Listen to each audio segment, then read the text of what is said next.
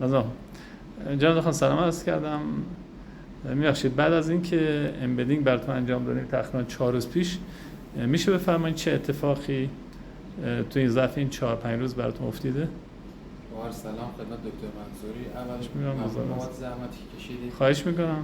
دوم که ما جناب دکتر عروسی که شما این انجام به واسه امبدینگ رو برام انجام دادید، چیز اولوش 80% ریزه خاریم از بین رفته. از لحاظ روحی روانی خیلی آروم‌ترم. قبلا شبا تو طول شب که می‌خوابیدم مثلا خواب کامل نمی‌رفتم، تقریبا نیمه هوشیار بودم، ولی از اون روز تا حالا کامل خواب میرم، یه آرامش خیلی خوبی دارم. و اینکه در کل احساس سبکی و ورزش‌هایی که انجام میدم خیلی راحت‌تر هستم نسبت به قبل. بله. بعد چقدر وزن کم کردین ظرف این شب؟ تقریبا 124 کیلو بودم. الان میخواد که بریم. بله اگه زمان بشه خیلی ممنون. 124 کیلو بودیم. بله 124 کیلو تقریبا.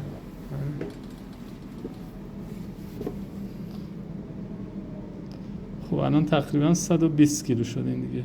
بله توی دوره توی تقریبا 5 روزه 4 کیلو کم کردم. توجه به رژیم و ورزشی که شما دارید. بله.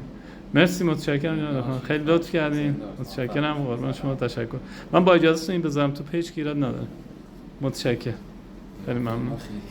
تشکر، دست شما در نکنه. متشکرم، قربان شما.